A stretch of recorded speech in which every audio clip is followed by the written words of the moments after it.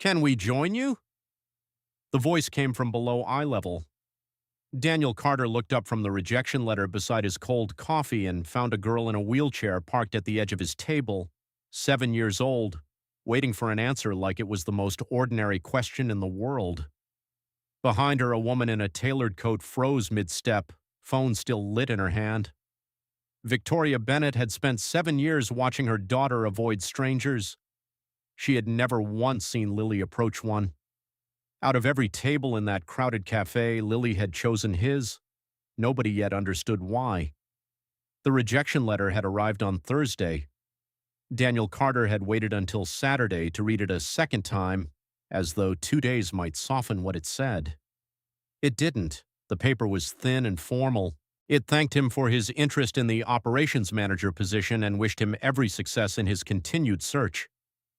He had applied 3 weeks earlier and had rehearsed for that interview in his truck for 40 minutes beforehand, out loud, feeling ridiculous, feeling hopeful, which was worse. The cafe on Fremont Street was full that morning, a Saturday crowd, strollers wedged between tables, the espresso machine hissing like something breathing. Daniel sat at the small table by the window with a coffee he'd let go cold and the letter folded in half beside it. Under the fold, a photograph. Emma at 8, on a swing, laughing at something outside the frame. He carried it in his wallet and took it out more often than he admitted to anyone. 9 years old now, spending the morning with his sister Rachel, who had stopped asking how the job search was going, which told him more than anything she could have said. For 11 years, he had worked for a construction firm downtown, the last 6 as a project supervisor. Good at it, trusted. The kind of man foreman called directly instead of going through the office. Then his wife got sick, and then, faster than any of them had prepared for, she was gone, and Emma was 5 years old and did not understand why her mother's coat was still hanging by the door. He took a year off. It hadn't felt like a decision at the time. It had felt like the only thing a person could do. When he came back, the company had kept running without him. There was no position waiting. There never had been, really. He understood that now. And in the 4 years since, he had learned exactly what 12 blank months looked like at the top of a stack of 40 folders. He worked temporary contracts. Some months he sat at the kitchen table after Emma was asleep and decided which bill could wait another 2 weeks. He was 38 years old, and sitting by that window, he finally let in a thought he had been circling for a long time, that maybe this was simply the size his life was going to be from now on. Smaller than he'd imagined. Not tragic, just smaller. Across the room, the door swung open. Victoria Bennett came through it with her phone already at her ear, holding the door with her hip so her daughter could roll through ahead of her. She was 35 and ran one of the fastest-growing software companies in the city, and there was a specific way she entered rooms, scanning, measuring, deciding where things went. Her assistant had cleared the morning. That was supposed to mean pancakes with Lily before the afternoon call with their largest investor.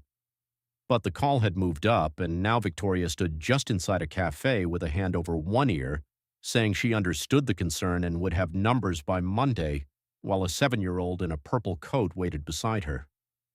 Lily had used the chair since she was small, a condition that affected her legs, diagnosed early, managed well. Managed, in fact, expensively and thoroughly and by the best people Victoria could find. There was very little money couldn't buy for her daughter. Victoria had tested that limit in every direction she could think of. What she had not been able to buy was the ordinary thing, the thing other children had without noticing they had it. They took a table near the middle of the room. Victoria set her phone face up beside her water glass, which was its own kind of promise, and it lit twice before the menus arrived. "Order for me," she said, standing. "I have to take this one. 2 minutes." Lily said, "Okay." She was used to 2 minutes.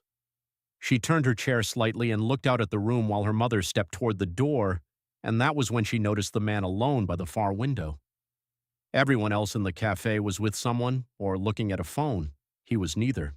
He sat very still with a piece of paper in front of him and a small photograph beside it, and his face had an expression on it that Lily recognized immediately, though she couldn't have named it. She had seen it before, in a mirror, on days when her mother didn't make it home. She looked at him for a long moment. Then she released her brake and pushed herself across the floor, threading between the chairs with the practiced ease of someone who had been navigating rooms like this her whole life. Daniel felt the presence before he heard it. He looked up. "Can we join you?" He blinked at her. She had dark hair pulled into a braid that was coming loose on one side, and she was looking at him with a directness most adults had trained out of themselves. "You and who?" he asked. "Me and my mom." Lily gestured behind her without turning. "She's on the phone. She's always on the phone." Something in Daniel's chest, flat all morning, shifted. He reached over and pulled the second chair out from the table. "Sure," he said. "There's room." Which was when Victoria saw them. She crossed the cafe faster than she meant to, phone still in her hand, already speaking. Lily, what are you doing?" "He looks lonely," Lily said. Victoria arrived at the table and put a hand on the back of her daughter's chair and looked at the man sitting there, canvas jacket, folded letter, no wedding on his face but something else instead, and felt the full weight of the apology she needed to make. "I'm so sorry, she's never done that before. I'll move her." "She didn't do anything wrong," Daniel said evenly without performance. "I said yes." "That's very kind, but we don't want to interrupt your—" "I'm not doing anything." He glanced at the letter, folded it once more, smaller, and put it in his jacket pocket. Honestly, Victoria had a rule about strangers. She had built it carefully and explained it to Lily more than once. She was fully prepared to enforce it, and she looked down at her daughter to do exactly that. Lily looked back up at her with an expression of such uncomplicated hope that the rule simply failed to arrive. Victoria sat down. What she expected was 4 minutes of weather, then an exit. What happened instead was that her daughter started talking about the school library. Lily explained that she was allowed 4 books at a time but had negotiated up to 6 because she finished them too fast. She explained that her teacher, Mrs. Alvarez, mispronounced one word every single day, and Lily had decided not to correct her because it would be rude. She explained that she was going to be an architect, and that she had already picked the kind, not houses, buildings, the tall ones with the glass. And the man listened. That was the part Victoria found herself watching, not the words, the looking. He looked at Lily's face. He asked what she'd build first, then asked a follow-up question about it. He did not glance down at the chair or up at Victoria for translation, or use that particular gentle voice people used, the one that arrived a half-tone higher than their normal register and made Lily go quiet. Victoria had watched doctors discuss her daughter in the third person while the girl sat between them. Once in a shoe store, a clerk had asked Victoria what size she needed, and Lily had gone flat and silent for the rest of the afternoon. This man's name, he mentioned somewhere in there, was Daniel Carter, and he had done none of it. Then Lily noticed the photograph. "Is that your daughter?" Daniel turned it toward her. "That's Emma. She's 9. Lily studied it with real seriousness. "She looks like she's laughing at somebody." She was. Her cousin fell off a swing about 2 seconds before that. Lily laughed, and then, in the same breath, in the way children move between rooms without knocking, she asked, "Where's her mom?" Victoria's hand came off the table.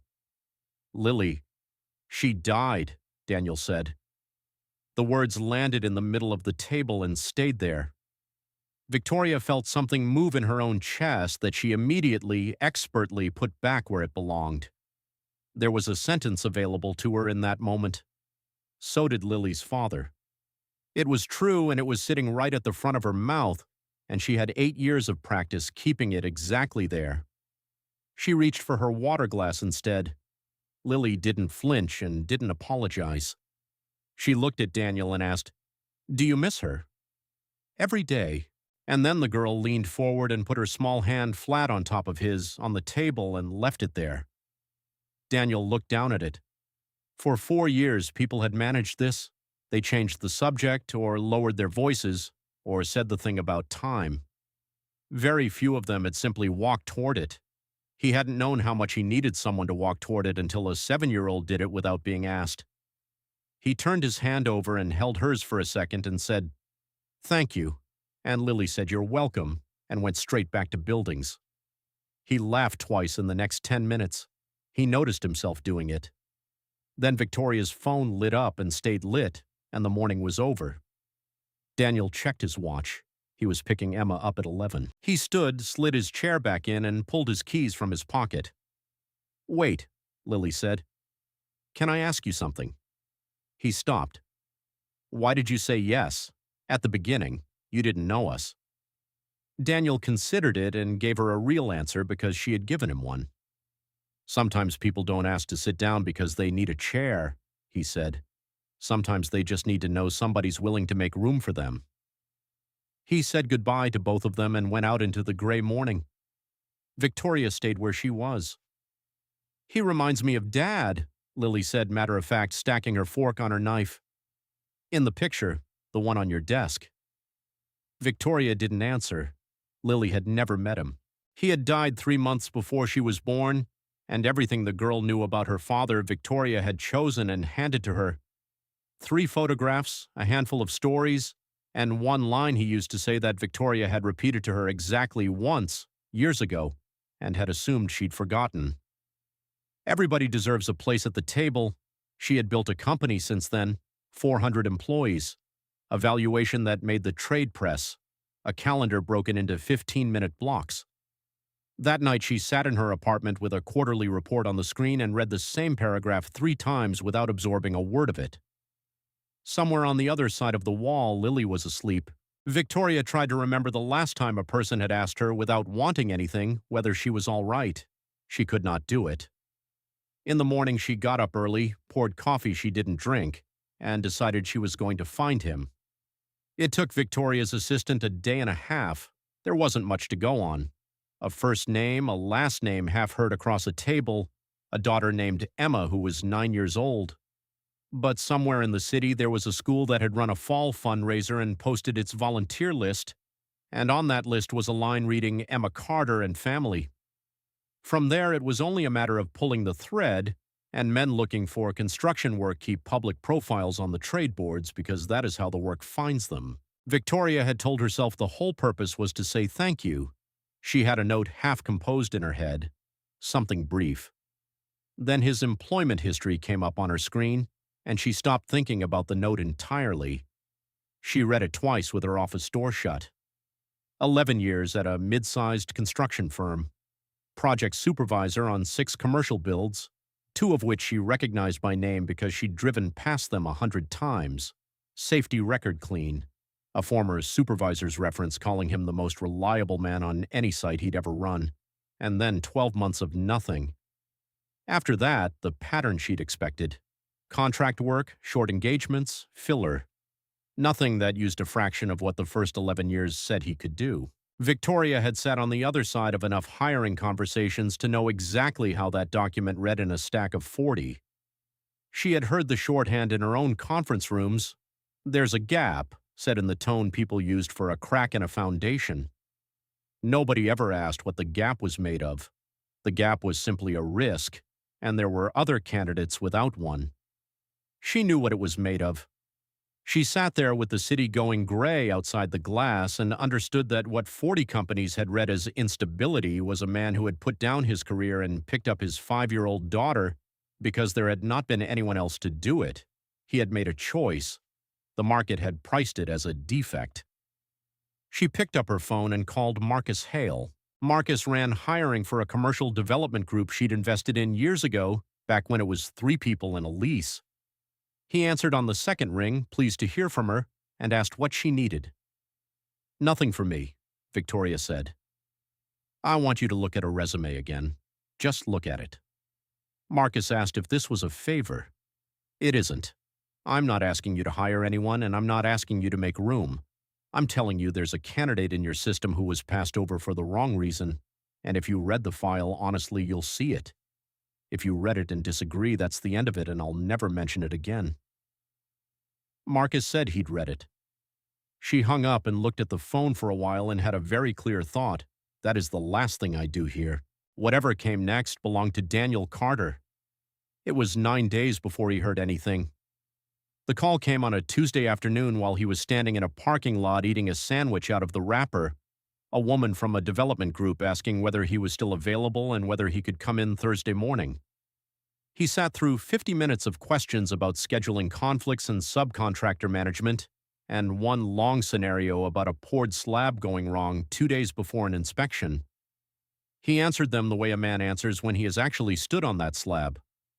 Nobody asked about the 12 months. When he raised it himself, plainly, the man across the table nodded once and moved on. The offer came 2 days later. Daniel read the email in his truck, read it again, and sat with both hands on the wheel for a full minute before he could do anything else. Then he called Rachel and couldn't get the first sentence out cleanly, and she started crying before he did. Emma made a sign that night out of construction paper. It said, "Congratulations, Dad," in letters that ran downhill toward the right edge, and he taped it to the refrigerator and left it there for a month. What he felt underneath the relief was something he hadn't felt in 4 years, that somebody had looked at the whole of him and decided he was worth it. Not charity, not a favor from a friend of a friend. He had walked in and earned it. Victoria never told him. She thought about it more than once. But every version she rehearsed put a debt in the room, and she had watched what obligation did to people. She wanted him to have the thing itself, clean, without her name on it. It was the kind of decision she made constantly, in every part of her life, deciding what other people needed, delivering it, and never once asking. Daniel's life did not become simple. There were still bills that came in an order he had to manage, still nights when Emma had a bad dream she wouldn't describe, still mornings when he came around a corner in the house and caught the light a certain way and felt his wife's absence like a change in air pressure. But he stopped feeling stuck. That was the difference. The days stopped being something he got through. On a Friday in early November, his phone buzzed while he was walking out to the lot with his hard hat under his arm. "This is Victoria, Bennett. Lily has asked about you 11 times. Coffee Sunday, same place?" He typed back one word and stood there in the parking lot grinning like an idiot. They took the same table by the window. Lily positioned herself at the end where the light was best and produced a folder of drawings almost immediately. She also demanded Daniel's phone number and wrote it in pencil on the inside cover of the folder in case of emergencies, which she declined to specify. Daniel talked about the job, the site, the crew, the foreman who'd taken 3 weeks to decide he liked him, and then announced it by handing him a coffee without a word. Victoria listened and asked 1 or 2 questions and did not touch her phone, and when he said something about finally being seen for what he could do, she let it pass without a flicker. Then the conversation turned, the way conversations do, and Lily was drawing, and it was quiet enough that Victoria heard herself say something she had not planned to say. "I'm tired." Daniel looked over. "Not the kind you fix with sleep. I've tried that. I sleep 6 hours, I go in, and I'm still tired." She turned her cup a half turn on the saucer. "There are 400 people whose mortgages depend on me making the right call, and I've built the whole thing so that every decision comes to my desk because that's how I know it's done right. So it comes to my desk, all of it, every day." "How long has it been like that?" 8 years, Victoria said, "since the beginning." She looked out at the street, at nothing. Lily's father died before she was born, 3 months before. Her voice did not change at all, which was somehow the worst part of it. "I was 6 months pregnant. I had a company that was 4 people in a rented room and a due date, and I worked out that if I ever let myself fall apart, there wouldn't be anything underneath to catch us, so I decided not to." She lifted one shoulder slightly. "And then it worked. That's the part nobody warns you about. It worked. We're worth $200 million now, and I have never once been allowed to stop." Daniel didn't say he was sorry. She would have known what to do with that. She'd been deflecting it for 8 years. "That day," he said instead, "when Lily asked me about Emma's mother, you didn't say anything."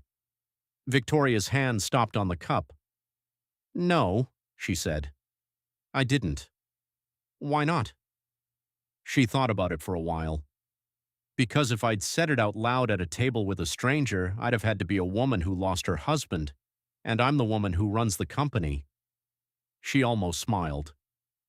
It's very tidy. It's been very tidy for 8 years. Daniel leaned back. When he spoke, it was without any particular weight, which was why it went all the way in. You don't always have to be strong. Victoria looked at him. Nobody had ever said that to her. Not her board, not her mother, not the two men she'd tried to date somewhere in year 4 and year 6. People told her she was impressive. People told her they didn't know how she did it. Both of those were requests that she keep doing it. She didn't answer him. She said something about the roofline on Lily's drawing, and Daniel let her have it. But something had come loose in her, and she felt it for the rest of the day like a stone out of a shoe. After that, it happened slowly, without an announcement, without anyone deciding. There was a Saturday morning where Daniel taught Lily to make pancakes at Victoria's kitchen island, standing behind her chair to run the batter while she held the ladle, both of them arguing about whether blueberries ruined them. There were drawings, buildings with impossible cantilevers, and Daniel took them seriously enough to say once that the third floor would come down, and Lily redrew it and brought it back and made him check. Emma took longer. The first time, she stood half behind her father at the door of an apartment 3 times the size of theirs and said almost nothing for 2 hours. The second time was worse. In the car going home, she looked out the window and said, in a voice she'd clearly been holding all afternoon, that she didn't understand why they had to keep going over there. Daniel pulled into the driveway, turned the engine off, and didn't rush it. "Because I like them," he said. "And because you have fun when you're there, even when you're mad about it." Emma said that Lily's mom had a picture of her husband on the shelf in the hallway. She does. You don't have one out anymore. She still wasn't looking at him. You moved Mom's picture into your room. Daniel sat with that because she was right and he hadn't realized she'd noticed. "I'll put it back," he said, "in the hall where it was." He waited until she turned toward him. "Nobody's replacing her, Em. That's not a thing that can happen. There's just more people now. That's all it is." It didn't fix it that night. But 2 weekends later, Emma was teaching Lily a card trick badly, and by December, the two of them had a running argument about a book series that excluded the adults entirely, and Daniel caught Victoria watching them from the doorway with an expression he'd never seen on her before. 4 people who had not planned any of it. The trouble started in January, and like most real trouble, it started quietly. An enterprise contract that had been treated internally as 90% closed did not close. Then a second slipped a quarter. Then the numbers Victoria had promised Halloran Capital in the fall arrived on a page that did not resemble the page she'd shown them. Gerald Whitman, who had led Halloran's investment and sat on her board since the second round, called on a Thursday to say that his partners were asking questions he did not have good answers to, and that he would prefer to solve this in a room rather than in a memo. Victoria did what she had always done. She went in earlier. She pulled every account review back onto her own desk and stopped delegating the few things she had recently, tentatively, started to delegate. It did not help, and by the 3rd week, the tone in the building had changed. She heard a version of it from her chief financial officer, Nathan Brooks, who had the decency to look uncomfortable while he said it. That people on the executive floor felt she'd been less available since the fall. Distracted was the word. Someone had noted that she'd left at 5:30 on a Friday in November for the first time in the history of the company. And Doug Mercer, who ran sales and whose enterprise forecast was the reason they were in this conversation at all, had mentioned the man. Had mentioned that the chief executive of a company in the middle of a funding problem was being seen around town with a construction manager and 2 children, and had asked, in the way people ask things they've already decided, whether that was really the picture they wanted in front of the investors right now. Victoria listened standing up, thanked Nathan, and asked him to close the door on his way out. Then something very old came up through her like cold water. "This is what it costs." That was the sentence in her head. "You let people in for 4 months, and this is what it costs." She canceled Sunday. She sent a 2-line message about a scheduling conflict and did not offer another date. The following week, Daniel called on a Wednesday evening, the way he had been calling on Wednesday evenings since November, and she answered. and it lasted less than 3 minutes before she said she had a call coming in on the other line and hung up while he was still mid-sentence. The week after that, she didn't answer at all. Lily felt it first and most. Her mother was home less, and when she was home, she was on the phone in the study with the door shut, and that door had not been shut since before Halloween. Lily asked twice when they were going to see Daniel and Emma. The first time Victoria said soon. The second time she said, more sharply than she meant to, that things were complicated at work right now, and watched her daughter's face close in a way she recognized from years she'd promised herself were over. Daniel understood, or thought he did. He knew what a person in trouble looked like, and he knew that chasing her would only give her one more thing to manage, so he waited. He sent one message a week, short, requiring nothing. He got no answers. What he could not stop noticing was that the door was closing, and that she was the one closing it, and that she had let him inside it herself. Then, on a Tuesday in late February, he walked a downtown site with Marcus Hale, who had come out to look at the crew because the group was staffing a second build in the spring. They had gotten friendly over the winter. Marcus was easy company and blunt to a fault, and somewhere between the second and third floor, talking about nothing, he said that Daniel had turned out to be exactly what Victoria Bennett said he'd be. Daniel stopped walking. Marcus, realizing about 1 second too late, tried to reverse out of it and made it worse. She'd called him in the fall, he said. Asked him to take a second look at a file. Hadn't asked him to hire anybody, hadn't pushed, had actually been very careful about that. And she'd been right, hadn't she? And Marcus said something else after that which Daniel did not hear at all. He finished the walkthrough. He drove home. He made dinner, asked Emma about her science project, and put her to bed. And for 9 days he carried it around. He turned it over from every angle he could find and could not make it sit still. Every time he arrived at she was being kind, he ran into the thing underneath, that the proudest hour of the last 4 years, walking into that room and earning it, had had a hand on the door the whole time, and he had not been allowed to know.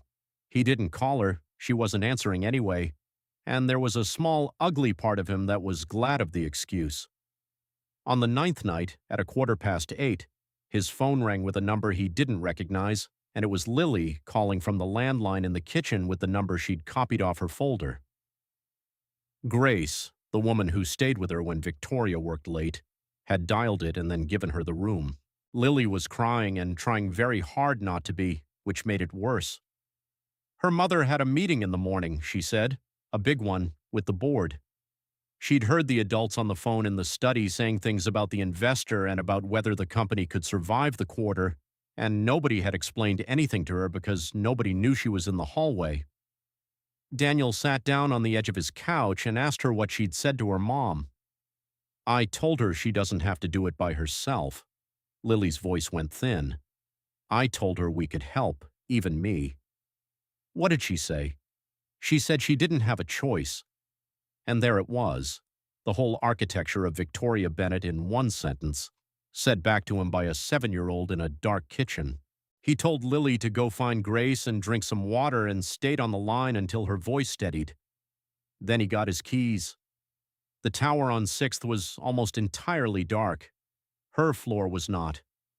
She stood at the glass wall with the city spread out beneath her, jacket off, one arm across her body holding the opposite elbow, and when the elevator opened, she turned and looked at him with genuine incomprehension, as though a piece of one life had walked into another without permission. You shouldn't be here. Lily called me. That landed. Victoria closed her eyes briefly. She shouldn't have done that. She's 7 and she's terrified. She did exactly what she should have done. He came a few steps into the room.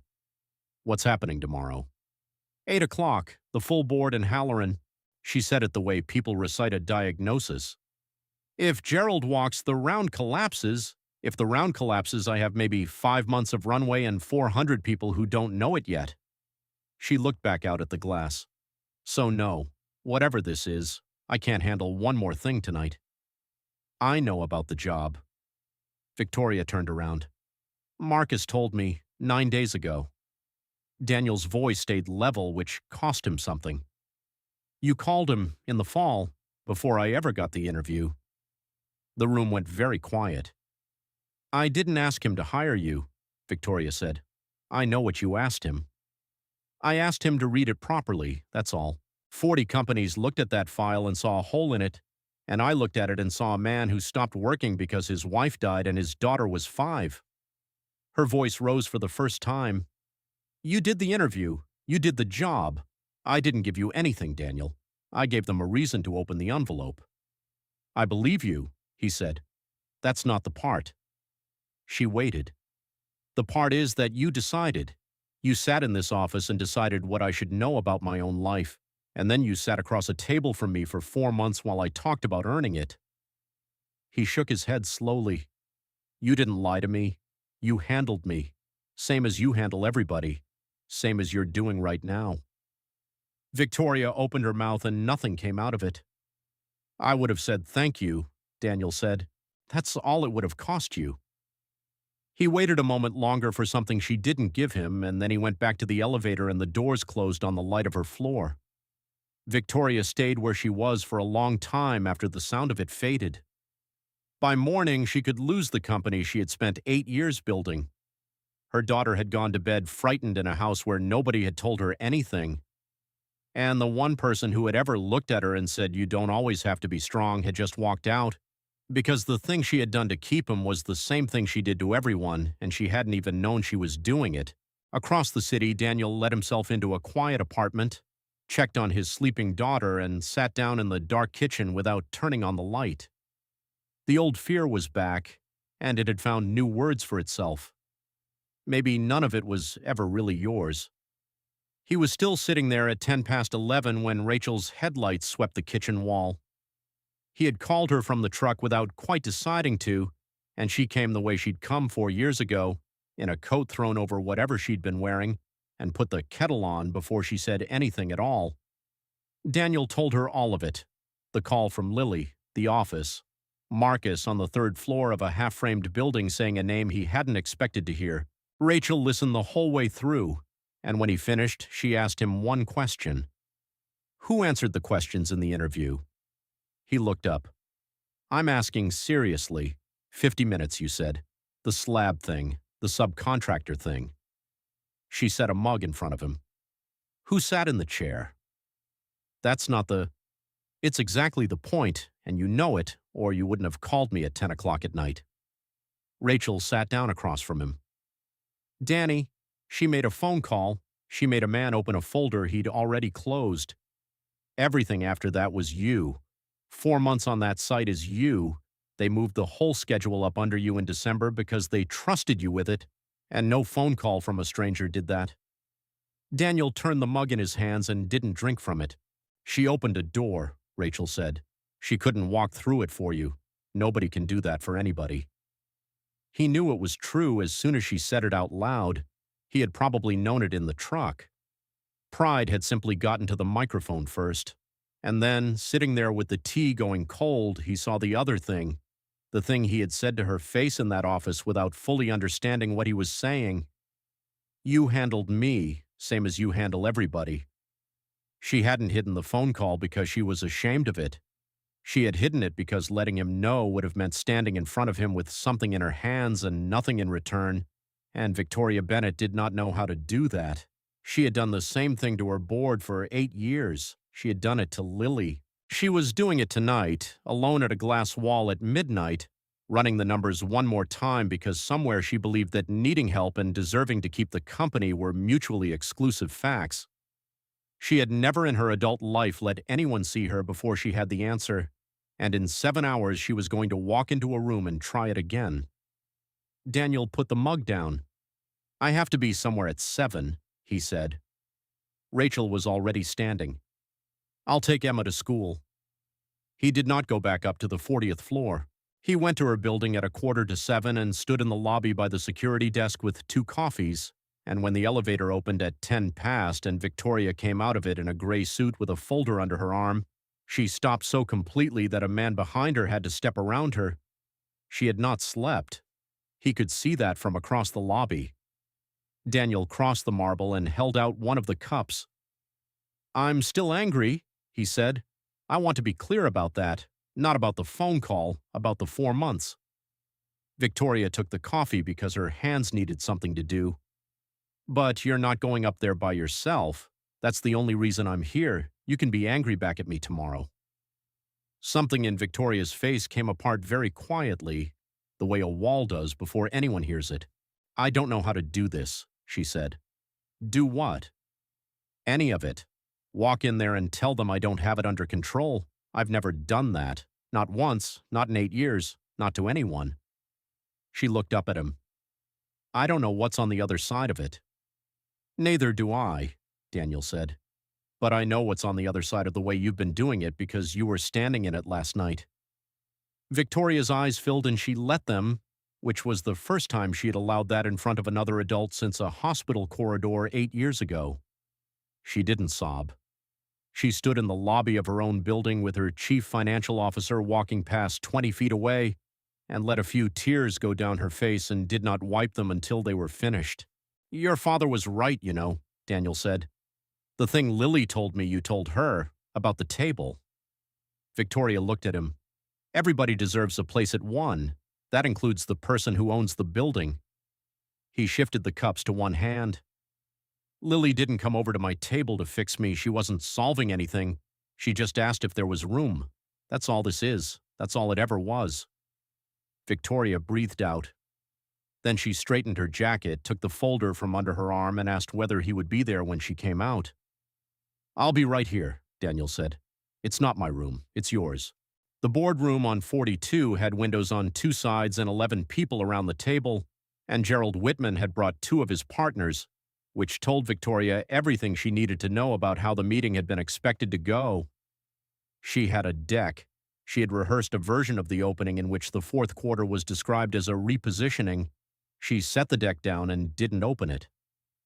Before we start, she said, I want to say 3 things that aren't in the slides.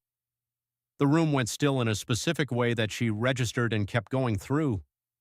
The first is that we missed our numbers because I made 2 bad calls. We staffed enterprise sales for a close rate I believed in and could not defend with data, and I moved our roadmap in August to chase a deal I wanted more than the company needed. Both decisions came out of this office. Nobody else's name goes on them. Down the table, Doug Mercer looked at his hands. Nathan Brooks looked up from his legal pad. The second is the plan. She opened the deck then and walked them through it. 18 months, restructured. Enterprise cut back to what the pipeline actually supported. The roadmap returned to where her engineering lead had wanted it in the first place. It was not a comfortable plan. It gave up a product line she had personally launched in year 3 and defended in that same room twice. Gerald Whitman asked what the plan required from Halloran. That's the third thing, Victoria said. She put her hands flat on the table. It requires a bridge, and it requires me to stop running this company the way I've run it for 8 years. Every meaningful decision in this building comes through me, and it comes through me because I've never trusted the alternative, and it has made this an organization with one point of failure sitting at the head of the table. She looked around at them. I can't execute this alone, and I'm not going to try. I'm not asking this room for a vote of confidence. I'm asking you to take some of it off my desk and carry it, and to tell me when I'm wrong before it's in the quarterly, not after. Nobody spoke for what felt to her like a very long time. Then Nathan set down his pen and said that if they were being honest about the enterprise number, there was a renewal cohort he'd been modeling privately for 6 weeks that nobody had asked him for, and he'd like 10 minutes. He got them. The head of engineering came in after him, then the woman who ran customer operations, who had a version of the retention problem that was different from Nathan's and better. The meeting ran 2 hours past its slot. At one point, Victoria realized she had been quiet for 11 minutes while 4 people argued about a pricing floor and that the argument was better than anything she would have decided alone. Gerald Whitman did not commit to the round. What he said at the end was that his partners had come in that morning expecting to hear a chief executive explain why nothing was her fault, and that what he'd watched instead was the first honest meeting he'd sat in at this company in 3 years. He would take the bridge to his partners with a recommendation. He would want monthly reporting and one board seat filled by someone he named, and he wanted to be clear that the seat came out of hers, not out of anyone else's. Victoria understood exactly what she was being asked to give up. She had held the right to name that seat since the second round, specifically so this could never happen. She said yes. The company was not saved that morning. Nothing is saved in a morning. What happened was that a plan got a chance to prove itself, and 11 people walked out of a room holding pieces of it, and for the first time since she was 27 years old, Victoria Bennett was not carrying the whole thing by herself. She came out of the elevator into the lobby at 10:15.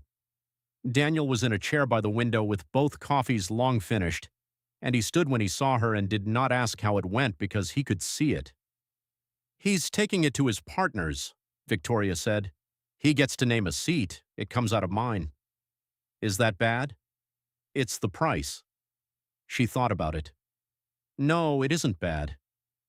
They stood in the middle of the lobby with people moving around them, and Victoria found the thing she should have said in her office at midnight. "I should have told you about Marcus in October. I told myself it was for you.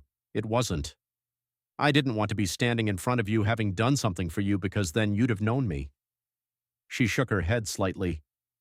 "That's the whole reason. It's not a good one." "No," Daniel said. "It isn't."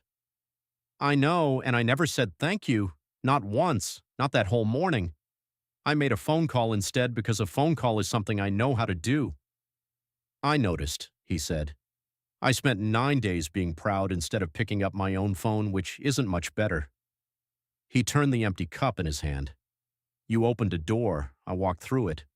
Both of those are true, and I couldn't hold them at the same time. It did not go back to what it had been, and neither of them pretended it did. What it became instead was something with fewer soft places in it, a habit of saying the thing at the time rather than 3 weeks later, which was new for both of them and awkward for a while. The recovery plan worked slowly, the way real ones do. Halloran's Bridge closed in April. The product line was sunk in May, and one of the people moved out of it turned out to be the best engineer the company had hired in 2 years. By June, the pipeline looked like the pipeline in the deck, and the monthly reporting had stopped feeling like a punishment and started feeling like a mirror. Victoria did not become a different person. She was still the woman who arrived at meetings with the numbers memorized and left them with a decision, but she gave the account reviews away and did not take them back. She left at 5:30 more than once, and the building did not fall down, and she stopped checking whether anyone had noticed. Daniel ran 2 builds that spring and was made a senior manager in June, with a raise that let him stop deciding which bill could wait. He knew precisely how much of that a phone call in the fall accounted for, and he had made his peace with the number, which was small. In late June, the 4 of them went back to the cafe on Fremont Street. They took the table by the window, the same table which required a short negotiation with 2 men who were leaving anyway. Emma had turned 10 in May. Lily had spent 4 months on a school project about bridges and had finished it with a cardboard model that held 11 textbooks before it failed, a fact she had mentioned to every adult she had encountered since. Daniel came in carrying a small gift bag because a model that holds 11 textbooks requires acknowledgement. Victoria came in with 2 coffees she had actually stood in line for. Emma reached the door first and held it, and Lily rolled through announcing that she could open doors herself, and Emma said she knew that and kept holding it anyway, which had become the entire shape of their friendship. They sat down. Lily looked across the table at Daniel with her chin on her hand. "Do you remember the first day, when I asked if we could sit with you?" "I remember," Daniel said. "You looked really sad." "I was." Lily considered him with total seriousness. "Are you still?" Daniel looked around the table. Emma was picking the whipped cream off the top of something and eating it separately. Victoria had her hands around a cup and was watching him with an expression she no longer bothered to put away. Lily was waiting. "No," he said. Lily nodded, satisfied, and went back to her drink. Then, halfway through it, without looking up, she added that she thought her dad would have liked him. Victoria's hand went still on the table. Lily didn't elaborate. She had said the truest thing in the room and moved on to the question of whether they could order pancakes even though it was almost lunchtime, and Daniel said that seemed reasonable to him, and Emma said it was disgusting and asked for a second stack. Under the table, Victoria reached over and took his hand. Neither of them said anything about it. No promise was made. It was simply that four people were sitting at a table where, 9 months earlier, a man had sat by himself with a rejection letter folded in half and a photograph of his daughter, and had believed with real conviction that this was as large as his life was ever going to be. Lily leaned toward Daniel with an expression he had learned to recognize as trouble. "Hey," she said, "can we join you?" Daniel smiled. "You already did."